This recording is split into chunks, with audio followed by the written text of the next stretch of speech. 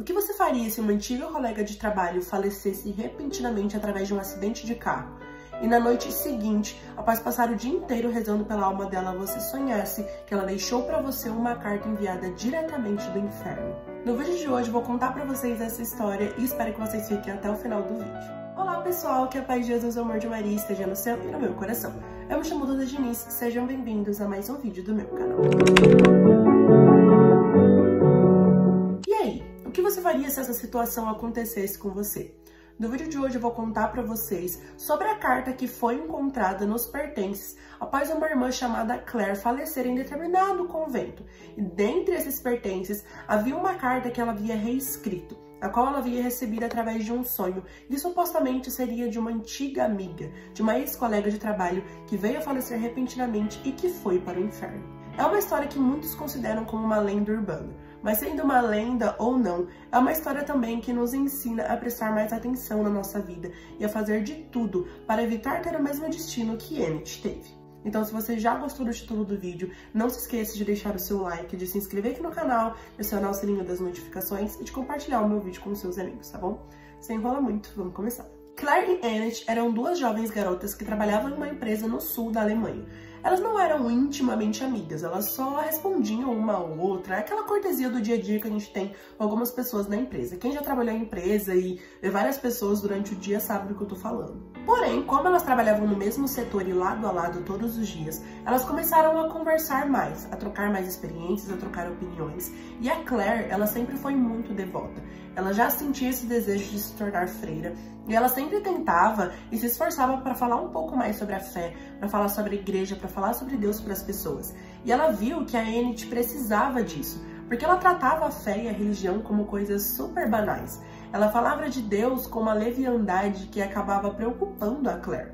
Desde sempre, a Enid falava que o sonho da vida dela era encontrar um homem rico e se casar com ele. Ela não tinha desejo de ter filho nenhum, ela só queria aproveitar a vida e o dinheiro que ela poderia conseguir desse tal marido rico.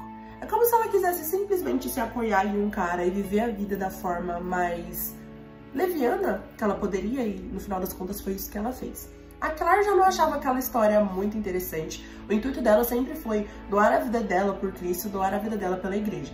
Então, apesar de elas conversarem bastante e da Claire sempre se esforçar para falar sobre Deus para Enid, elas tinham essas opiniões bem divergentes e, querendo ou não, a Enid acabava se incomodando às vezes com a forma que a Claire falava sobre Deus, sobre a vida e enfim. Elas passaram um tempo trabalhando juntas até que a Enid mudou de emprego, acabou conhecendo esse tal homem que ela tanto sonhava, podre de rico, se casou com ele e foi morar em outro lugar. No outono do ano de 1937, por meados de setembro, a Claire já havia se tornado freira, então ela já era chamada de Irmã Claire. Então ela recebeu uma carta da mãe falando que a Enid havia falecido e já havia sido enterrada no dia anterior. Claire ficou surpresa e horrorizada, porque foi do nada mesmo, foi algo que surpreendeu muitas pessoas. Foi um acidente de carro fatal que instantaneamente levou a vida da Enid sem mais nem menos. E o que deixou ela mais assustada é que ela sabia a vida leviana que a amiga levava. Apesar de elas não terem se falado mais depois de terem saído daquele serviço, a Enid ter se casado com aquele homem e a Claire ter ido atrás do sonho de se tornar freira, ela sempre pensava na Anne e pensava se ela havia conhecido Jesus. Claire estava passando as férias no Lago de Garda, que era um lugar da Itália, onde ela recebeu a notícia através da carta da mãe que a amiga Enid havia falecido. Na manhã seguinte, Claire foi à missa e comungou pela alma da Enid, que ela estava realmente muito preocupada. Porque, como eu disse, apesar de elas terem se afastado após a vida das duas terem mudado, ela pensava muito na amiga. E ela passou o resto do dia rezando fervorosamente pela alma da Enid. Porém, naquele dia, após ela dormir, ela teve um sonho que mudou completamente a vida dela. No sonho, ela acordava por volta da 00:10, com batidas muito fortes na porta. E apesar dela perguntar quem era, a pessoa não respondia. Ela decidiu abrir a porta para ver quem que era, só que ela não viu ninguém. Ela simplesmente viu alguns papéis jogados em frente à porta. Tudo isso no sonho dela. E ao ler, ela percebeu que era uma carta de Enid. Claire, não reze por mim. Estou condenada. Vim para lhe dizer isso e para falar longamente sobre isso, mas não pense que estou fazendo isso por amizade. Nós que estamos aqui neste lugar, não amamos mais ninguém. Estou fazendo isso porque sou forçada a fazê-lo. Estou agindo agora como uma parte daquele poder que sempre quer o mal, mas sempre produz o bem. Não estranhes esta minha intenção. Gostaria que você também fosse lançada neste lugar onde estou para passar a eternidade. Não se surpreenda que eu diga isso. Aqui todos nós pensamos assim. Nossa vontade é irrevogavelmente direcionada para o mal, pelo menos o que você chama de mal, mesmo se acontecer de nós fazermos algo bom como estou fazendo agora, deixando você saber o que está acontecendo no inferno, nunca o faremos com uma boa intenção. Você se lembra de quando nos conhecemos há 4 anos no sul da Alemanha? Eu costumava elogiá-la por seu amor ao próximo. Que ridículo. Aqui não conhecemos bondade em ninguém. Você já sabe algo sobre minha infância, então agora vou lhe contar o resto. Se meus pais tivessem feito o que eles queriam, eu nunca deveria ter nascido. Eles sentiram que meu nascimento foi algo vergonhoso. Minhas irmãs já tinham 14 e 15 anos quando entrei em cena. Ah, se eu nunca tivesse nascido. Por que não posso simplesmente deixar de existir agora e me afastar desses tormentos? Nenhum prazer se compara a poder reduzir meu ser a pó, como uma camada de cinzas que o vento leva embora. Mas eu tenho que continuar existindo, eu tenho que existir assim, do jeito que me fiz, uma existência que destruí. Acima de tudo, odiamos a Deus, e eu vou te dizer por quê. Os eleitos, no céu, não podem deixar de amá-lo, porque o veem desvelado em toda a sua beleza deslumbrante. Isso lhes dá uma felicidade indescritível. Nós sabemos disso e esse conhecimento nos move em uma fúria. Aqui na Terra, quem conhece a Deus por meio da criação e das revelações pode amá-lo, mas não precisa. O crente que em sua mediação contempla a Cristo com os braços estendidos na cruz acabará por amá-lo. Mas o homem a quem Deus vem como um furacão, um castigador, um vingador justo, o homem que Deus rejeitou como ele nos fez, esse homem só pode odiá-lo eternamente com toda a audácia de sua má vontade. Sim, odeia-o, com toda a força de uma decisão tomada livremente de ser separado dele. Tomamos essa decisão em um último suspiro. Mesmo agora, não queremos mudá-la, nem devemos desejar fazê-la. Você entende agora por que o inferno é eterno? É porque nossa obstinação durará para sempre. Porque sou forçada a isso, devo acrescentar que Deus é misericordioso, até para conosco. Digo que sou forçada porque, embora eu esteja no controle do que digo a você, ainda não tenho permissão para mentir, como deveria. Estou lhe dizendo muitas coisas contra a minha vontade e tenho que conter a torrente de abusos que gostaria de vomitar. Deus foi misericordioso em não nos dar tempo para fazer todo o mal que nossa má vontade teria feito. Se tivéssemos feito, isso teria aumentado nossas culpas e, portanto, nosso castigo. Na verdade, Deus deixou-nos morrer prematuramente, como eu morri, ou ele trouxe algum outro tipo de circunstâncias atenuantes. Mesmo agora, ele se mostra misericordioso para conosco ao não nos fazer chegar mais perto dele que estamos aqui neste lugar longínquo do inferno. Isso diminui nosso tormento. Cada passo mais perto de Deus me causaria mais dor do que você sentiria caminhando perto de uma fogueira em brasa. Você ficou chocada uma vez quando estávamos caminhando e eu lhe disse que alguns dias antes de minha primeira comunhão, meu pai me disse, minha querida Nete, compre um vestido bonito. Todo o resto é apenas uma farsa. Porque você ficou chocada, eu quase fiquei com vergonha. Agora, a coisa toda parece ridícula. O inferno fica furioso quando as crianças fazem sua primeira comunhão em tenra idade. A única coisa sensata sobre todo o negócio era que as crianças não eram admitidas à comunhão antes de terem 12 anos. Bem, naquela idade eu já era louca pelos prazeres mundanos, então não me preocupei em não levar a religião a sério e não atribuí muita importância à minha primeira comunhão. Ficamos furiosos quando vemos que hoje em dia muitas crianças de 7 anos vão à comunhão, e fazemos tudo o que podemos para persuadir as pessoas de que nessa idade suas faculdades de raciocínio ainda não estão suficientemente desenvolvidas. Elas devem ter tempo para cometer alguns pecados mortais. Então aquele disco branco não causaria tanto dano quanto faria se suas almas ainda estivessem vivendo pela fé, esperança e caridade. Você se lembra, eu já pensava nisso quando estava na Terra. Já mencionei meu pai. Ele brigava muito com minha mãe. Não falei muito sobre isso porque tinha vergonha. Que ridículo, ter vergonha de algo mal. É tudo a mesma coisa para nós neste lugar. Meus pais nem dormiam mais no mesmo quarto. Eu estava com minha mãe, e meu pai ficava no quarto ao lado, para que pudesse chegar o mais tarde que quisesse. Ele costumava beber muito e estava desperdiçando todo o nosso dinheiro com álcool. Minhas irmãs saíram para trabalhar porque disseram que precisavam de dinheiro, e minha mãe também arranjou um emprego para trazer algo. Durante o último ano de sua vida, meu pai costumava bater na minha mãe quando ela não deixava nenhum dinheiro. Por outro lado, ele sempre foi gentil comigo. De qualquer forma, um dia meu pai me comprou um par de sapatos, e eu o fiz devolver pelo menos 2 vezes por causa do estilo e dos saltos que não eram modernos o suficiente para mim. Na noite em que meu pai teve o derrame que o matou, algo aconteceu comigo que eu não ousei contar, por medo de que você me interpretasse mal. Mas agora você tem que saber sobre isso. É importante porque foi então que fui atacada pela primeira vez pelo espírito que agora me atormenta. Eu estava dormindo no quarto com minha mãe. Pude perceber, por sua respiração profunda, que ela estava dormindo. De repente, ouvi alguém chamar meu nome. Uma voz que eu não conhecia estava dizendo, o que acontecerá se teu pai morrer? Como ele maltratava muito a minha mãe, eu deixei de amar meu pai. Na verdade, a partir daquela época, eu não amei mais ninguém. Eu gostava apenas de algumas pessoas que se preocupavam comigo. Amor sincero, um amor que não espera recompensa alguma, só existe nas almas que estão em estado de graça, e a minha certamente não estava.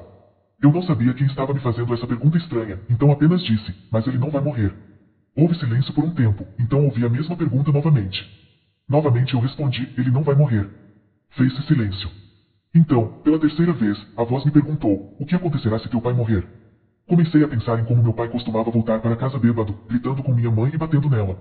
Lembro-me de como ele nos humilhou na frente de nossos amigos e vizinhos. Fiquei com raiva e deixei escapar, pois não, é quanto merece. Que morra. Depois houve silêncio. De manhã, quando minha mãe quis entrar e arrumar o quarto de meu pai, ela encontrou a porta trancada.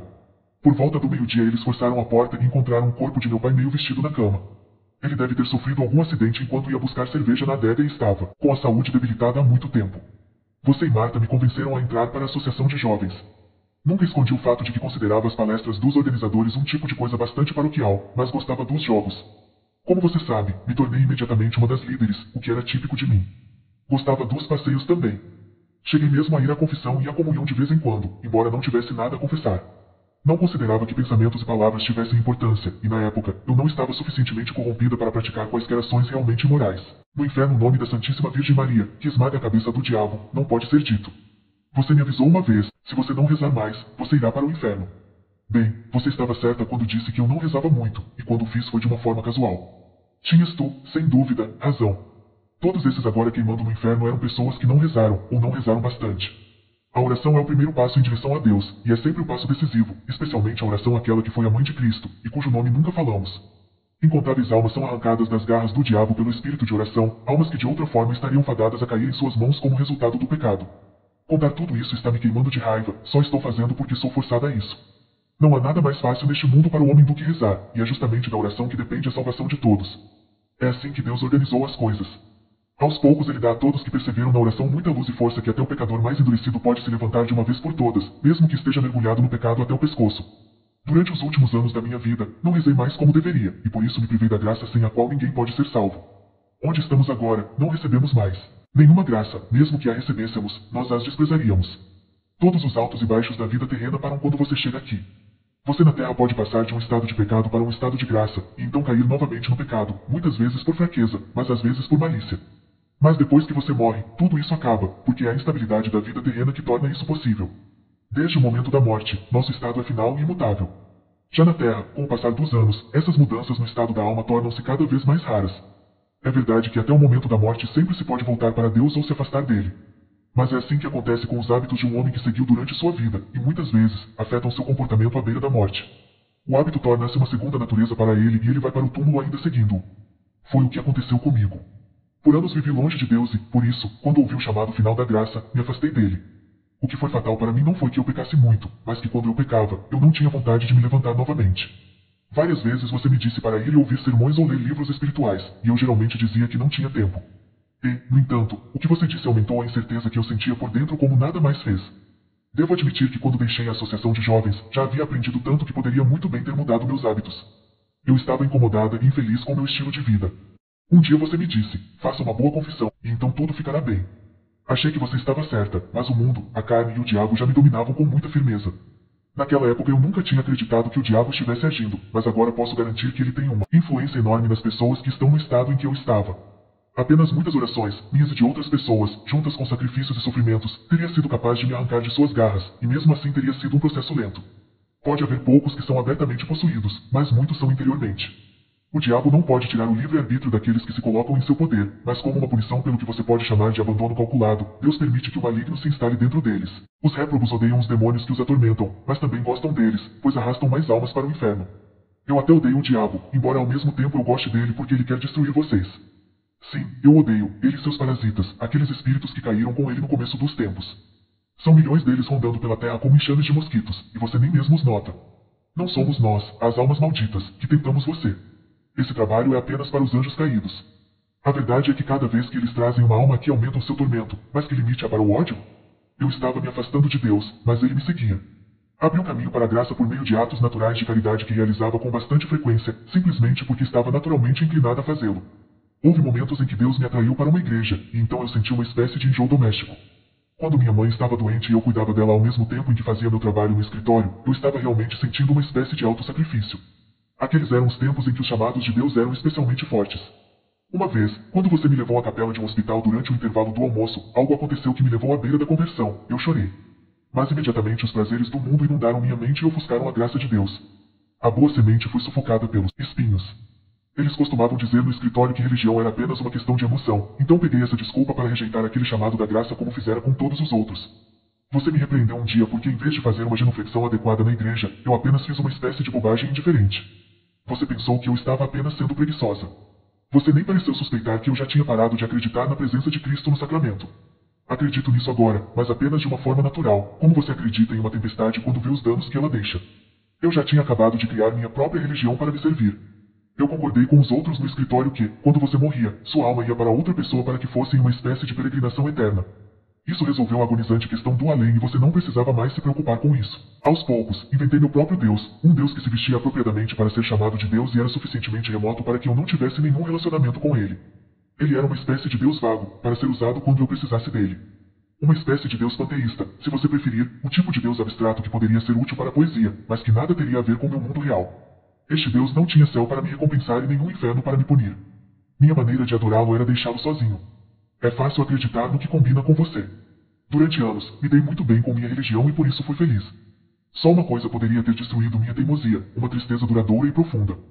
Mas isso não aconteceu. Além disso, por algum tempo eu estava guardando no altar do meu coração uma imagem bem diferente da Madonna. Era aquele bonito Max Zane, na loja ao lado. Já havíamos contado uma piada juntos algumas vezes. Bem, por acaso, naquele mesmo domingo ele me convidou para sair com ele. A garota com quem ele estava saindo estava doente no hospital. Ele percebeu que eu estava de olho nele, embora eu não tivesse pensado então em casar com ele. Ele estava obviamente bem de vida, mas era muito bom com todas as garotas, e até então eu só queria um homem que não pensasse em ninguém além de mim. Eu não queria apenas ser sua esposa, eu queria ser a única mulher em sua vida. Sempre fui atraída por homens bem educados e, quando saíamos juntos, Max fazia o possível para ser legal, embora você possa imaginar que não falamos sobre as coisas piedosas que você e seus amigos gostam. No dia seguinte, no escritório, eu disse o que eu estava fazendo naquele domingo. A primeira coisa que você perguntou foi: você foi à missa? Idiota. E sem dúvida você se lembra de como eu perdi minha paciência e disse: Deus não faz barulho com essas coisinhas como você e seus padres fazem. Mas agora eu tenho que admitir que, apesar de sua infinita bondade, Deus pesa as coisas muito mais exatamente do que todos os seus sacerdotes juntos. Depois daquele primeiro passeio com Max, só voltei à associação de jovens mais uma vez. Isso foi para as comemorações do Natal. Ainda havia algo que me atraía para cerimônias desse tipo, mas no fundo eu não era mais uma de vocês. Ainda não era naquela fase em que Max e eu nos tornaríamos muito íntimos em nosso relacionamento. Mas no fundo eu estava pronta para fazer qualquer coisa se achasse que iria atingir meus objetivos, porque eu queria pegar Max a qualquer custo. Eu teria dado absolutamente qualquer coisa para tê-lo. Nesse ínterim, estávamos lentamente aprendendo a amar um ao outro. Minha deserção a Deus consistiu nisto, que fiz de uma criatura humana um ídolo. É esse tipo de amor desequilibrado que te transfigura, te obceca e finalmente te envenena. Minha adoração por Max estava realmente se tornando uma espécie de religião para mim. Foi nessa época que, no escritório, comecei a dizer tudo de ruim que eu conseguia pensar sobre igrejas e padres e tagarelice de rosário e todo esse tipo de tolice. Você tentou defender tudo, mais ou menos sutilmente. Você obviamente não percebeu que, no fundo, eu não estava tão incomodada em insultar essas coisas, mas em encontrar algo para acalmar minha consciência e encontrar alguma justificativa para minha deserção de Deus. Sim, o fato é que eu tinha me rebelado contra Deus. Você não entendia. Você pensava que eu ainda era católica e queria que as pessoas pensassem que eu era. Cheguei até a pagar meu dízimo, disse a mim mesma, certa ressalva não me podia fazer mal. Às vezes, suas reações me atingiam, mas não tiveram nenhum efeito duradouro sobre mim. Eu tinha decidido que você estava errada. Foi esse relacionamento tenso que não fez nenhuma de nós se arrepender de dizer adeus quando eu saí para me casar. Antes do casamento, foi a confissão e comunhão mais uma vez, conforme era exigido. Meu marido pensava da mesma forma que eu sobre isso, porque deveríamos ser obrigados a passar por essas formalidades. Mesmo assim, passamos por isso como todo mundo. Vocês chamariam uma comunhão como essa de indigna. Bem, depois dessa comunhão indigna minha consciência estava limpa o bastante. Em qualquer caso, eu nunca fui à comunhão novamente. Em geral, éramos muito felizes em nossa vida de casados. Concordamos em tudo, inclusive no fato de não querermos a responsabilidade de ter filhos. Depois de um tempo, meu marido pode ter desejado ter apenas um, mas no final, consegui tirar até essa ideia da cabeça dele. Eu estava muito mais preocupada com roupas, móveis elegantes, encontrar amigos, sair, fazer viagens de carro e outros prazeres. O ano entre meu casamento e minha morte súbita foi um ano de puro prazer para mim. Todos os domingos saíamos de carro, ou então íamos visitar os pais de meu marido, que viviam tão superficialmente quanto nós. Interiormente, porém, nunca me sentia deveras feliz, embora eu colocasse uma cara sorridente para o mundo. Eu desejava que pela morte, a qual sem dúvida havia de demorar muito tempo ainda, tudo acabasse, mas todo aquele tempo era algo que corria dentro de mim. Certa vez, quando eu era criança, ouvi um padre dizer em um sermão que Deus nos recompensa por cada boa obra que realizamos e que, quando Ele não pode nos recompensar na vida futura, Ele o faz na terra. Isso é verdade. Do nada, herdei algum dinheiro de minha tia Lotte. Ao mesmo tempo, meu marido começou a ganhar um salário muito bom, de modo que consegui reformar minha nova casa muito bem. A essa altura, a luz da religião havia se tornado para mim algo muito distante, uma luz pálida, fraca e bruxuleante. Os cafés das cidades e as pousadas que hospedamos em nossas viagens certamente não nos apontavam para Deus. Todas as pessoas que iam a esses lugares viviam como nós, obtendo seus prazeres das coisas externas, antes de tudo, ao invés de viver uma vida principalmente interior. Se íamos às vezes visitar igrejas quando viajávamos de férias, só o fazíamos por interesse artístico. Havia uma atmosfera religiosa emanando desses edifícios, especialmente os medievais, mas eu poderia neutralizá-la fazendo algumas críticas que pareciam pertinentes na época. Foi assim que me afastei da graça de Deus cada vez que ela batia à porta da alma. Dei rédea solta ao meu mau humor, especialmente no assunto de certas pinturas medievais do inferno, em cemitérios e outros lugares, mostrando o diabo queimando almas sobre brasas acesas, enquanto seus companheiros arrastavam outras vítimas com suas longas caudas. As pessoas podem cometer erros na maneira como descrevem o inferno, porém nunca ser exagerado. Eu sempre tive minhas próprias ideias sobre o fogo do inferno. Você se lembra de que estávamos discutindo a questão uma vez e acendi um fósforo sob seu nariz e disse sarcasticamente, isso cheira a inferno? Você apagou a chama rapidamente. Bem, ninguém a apaga aqui. O fogo no inferno é real e inextinguível. Garanto-vos que o fogo de que a Bíblia fala não é apenas o tormento da consciência. É fogo real. Quando ele disse, afastai-vos de mim, malditos, ide para o fogo eterno. Ele quis dizer literalmente, sim, literalmente. Você me dirá, como os espíritos podem ser afetados pelo fogo material? Mas na Terra, sua alma não sofre quando você põe seus dedos no fogo? A alma na verdade não queima, mas que agonia todo o seu ser passa. Da mesma forma, nós, neste lugar, estamos espiritualmente ligados ao fogo de acordo com nossa natureza e nossas faculdades. A alma é privada de sua liberdade natural de ação. Não podemos pensar o que devemos gostar, nem como devemos gostar. Não fique chocada com o que estou dizendo. Este estado não significa nada para você, mas estou sendo queimada aqui, sem ser consumida. Nosso maior tormento é a certeza de que nunca veremos a Deus. Como isso pode nos atormentar tanto, quando éramos tão indiferentes sobre isso na Terra? Enquanto uma faca for deixada sobre a mesa, ela não o preocupará. Você pode ver que é afiada, mas não tem medo dela. Mas deixe-a cortar sua carne e você se contorcerá de dor. É agora que estamos atualmente sentindo a perda de Deus, enquanto antes apenas pensávamos nisso. Nem todas as almas sofrem no mesmo grau. Quanto mais maliciosa e sistematicamente um homem pecar, tanto mais pesadamente a perda de Deus pesará sobre ele. Os católicos que são condenados sofrem mais do que os membros de outras religiões porque, geralmente, lhes foram oferecidas e recusaram mais graças e mais esclarecimento. O homem que teve mais conhecimento em sua vida sofre mais severamente do que aquele que sabia menos. Se alguém pecou pela malícia, sofre-se mais cruelmente do que se fosse pela fraqueza. Mas ninguém sofre mais do que merece. Ah, se isso não fosse verdade. Então eu teria um motivo para odiar. Você me disse um dia que foi revelado a algum santo que ninguém vai para o inferno sem saber. Eu ri, mas depois me tranquilizei dizendo secretamente, nesse caso, se surgir a necessidade, sempre posso fazer uma reviravolta. Isso é verdade. Antes do meu fim repentino, eu não conhecia o inferno pelo que ele é. Nenhum ser humano o conhece. Mas eu tinha plena consciência de que ele existia. Disse a mim mesma, se você morrer, irá para uma vida do além em linha reta como uma flecha apontada para Deus, e você terá que sofrer as consequências. Mas, como já te disse, apesar de tal pensamento, não mudei os meus hábitos. A força do hábito me empurrou e eu deixei isso assumir o controle de mim. Quanto mais você envelhece, mais forte se torna o poder do hábito. Foi assim que aconteceu a minha morte. Uma semana atrás, isto é, como você imagina o tempo, pois do ponto de vista da dor que sofri, poderia muito bem dizer que estou queimando no inferno há 10 anos já.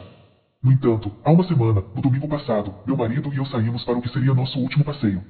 Era uma bela manhã e eu estava me sentindo no topo do mundo. Um pressentimento de felicidade tomou conta de mim e permaneceu comigo o dia todo. No caminho para casa, meu marido e eu fomos ofuscados pelos faróis de um carro que vinha na outra direção, e nosso carro saiu de controle. Eu pronunciei automaticamente o nome de Jesus, mas era apenas uma exclamação, não uma oração. Senti uma dor lancinante em cada fibra do meu ser, embora não fosse nada comparado ao que estou sofrendo agora. Então perdi a consciência. Que estranho que naquela mesma manhã um pensamento persistente me incomodasse sem motivo aparente. Uma voz dentro de mim dizia, você poderia ir à missa mais uma vez. Era como se alguém estivesse me implorando. Mas reprimi a ideia com um decisivo não. Eu disse a mim mesma, você tem que acabar com essa bobagem de uma vez por todas. Agora tenho que sofrer as consequências da minha resolução. Você já sabe o que aconteceu depois da minha morte, o que aconteceu com meu marido e minha mãe, e com meu corpo, e os detalhes do funeral. Eu sei tudo com o conhecimento natural que nos é permitido aqui. Na verdade, nós sabemos como tudo isso acontece na Terra, mas apenas de uma forma turva e confusa. É assim que vejo o lugar onde você está hospedada agora. No momento da minha morte, me encontrei em um mundo enevoado, mas de repente emergi em uma luz ofuscante e irresistível. Era no mesmo lugar onde estava o meu cadáver. Era como estar em um teatro. As luzes se apagam de repente, a cortina sobe com um barulho terrível e você se depara com uma cena inesperada. Para mim aquela cena foi iluminada com uma luz horrível. O que eu estava vendo era a cena de toda a minha vida. Minha alma foi mostrada para mim como se eu a visse no espelho, com todas as graças que rejeitei desde a minha juventude até meu último não ao chamado de Deus. Eu me vi como um assassino em julgamento sendo confrontado no tribunal com o cadáver de sua vítima. Eu não suportava mais sentir sobre mim os olhos do Deus que eu finalmente rejeitei. Arrepender-me? Nunca. Envergonhar-me? Jamais. Claro, eu não podia mais suportar sentir sobre mim os olhos do Deus que eu finalmente rejeitei. Tudo o que me restou foi fugir de sua presença. Assim como Caim fugiu do corpo de Abel, o que minha alma pôde fazer foi fugir daquela visão de horrores. E esse foi o meu julgamento particular. O juiz invisível pronunciou a sentença, afasta-te de mim. E então minha alma, sufocada em enxofre, lançou-se como uma sombra no tormento eterno. Após ela ter terminado de ler toda essa carta simplesmente pegou fogo e sumiu da mão dela. Ela só acordou no dia seguinte, totalmente assustada, na hora da oração do Ângelus, e desceu correndo em direção à capela da hospedaria onde ela estava. Ela estava extremamente abalada, o coração dela batia muito forte, porque ela teve um sonho péssimo, né? Por mais que ela não fosse tão mais próxima da Enid, que tristeza é saber que uma amiga sua não conseguiu se salvar. As pessoas da hospedaria que estavam ajoelhadas lá na capela olharam para ela com espanto, porque ela havia corrido tão rápido e aparecido tão do nada, que eles pensaram que ela estava triste ou magoada por alguma coisa, e no final das contas ela estava mesmo. Porém, uma senhorinha que estava lá e observou com mais afeto a Claire e o estado dela, após elas terem participado da Santa Missa que aconteceu nessa capela, foi lá e conversou com a Claire na intenção de acalmar ela um pouco. Só que a senhorinha percebeu que não era um problema muito raso para Claire, não era algo muito simples ou uma simples chateação da manhã que logo ia passar. Ela percebeu que havia alguma coisa mais enraizada, e por isso ela continuou conversando com a Claire, continuou sendo gentil, e a Claire aceitou, né, o carinho, o afeto daquela mulher. Porém, consigo mesma, ela não parava de pensar sobre tudo que ela tinha vivido naquele sonho. Claire pensava consigo mesma o seguinte: só Deus é suficiente para mim. Sim, Ele deve ser a minha porção nesta vida e na próxima. Um dia espero possuí-lo no céu, quaisquer que sejam os sacrifícios que isso possa me custar na terra. Mas por favor, não me deixe ir para o inferno, Senhor. Essa carta que foi encontrada após o falecimento da irmã Claire, inclusive foi usada para produzir um livro chamado A Carta do Além. Inclusive, se vocês quiserem procurar, fiquem à vontade. Porém, independentemente de ter sido um sonho mesmo que ela teve, um sonho que na verdade era uma realidade, ou independentemente de ser apenas uma história, é algo que nos faz pensar muito, é algo que nos faz refletir sobre a forma que a gente tem vivido. Que a gente observe tudo que a Enid, que a Anne falou na carta dela, e pare para olhar para nossa vida, pare para perceber se a gente não está indo pelo mesmo caminho da Enid. Às vezes a gente pensa tão em si mesmos, a gente foca tanto nos nossos próprios egoísmos, nas nossas próprias vontades e naquilo que é mais cômodo para nós, que a gente esquece que o único motivo de nós estarmos aqui é vivermos uma vida em prol do Senhor, é vivermos uma vida em prol de buscar mais almas para Ele, e de que nada adianta viver uma vida confortável aqui na Terra e passar a eternidade longe do Senhor. Que tristeza foi essa que a Enid passou ao ver que o Senhor não a conhecia, ao ver a ordem dele dizendo para que ela se afastasse dele. E aí ela nunca mais teve a oportunidade de vê-lo. É algo que nos faz pensar, é algo que nos leva a ter mais fé, a crer mais e a buscar mais. Não é fácil ser santo, não é fácil buscar a santidade, com certeza não é. Porém, contudo, entretanto, toda a vida não é impossível, até porque se fosse impossível nós não teríamos tantos santos na nossa igreja, não é? Então eu espero que a partir desse vídeo ele sirva de uma grande reflexão para você.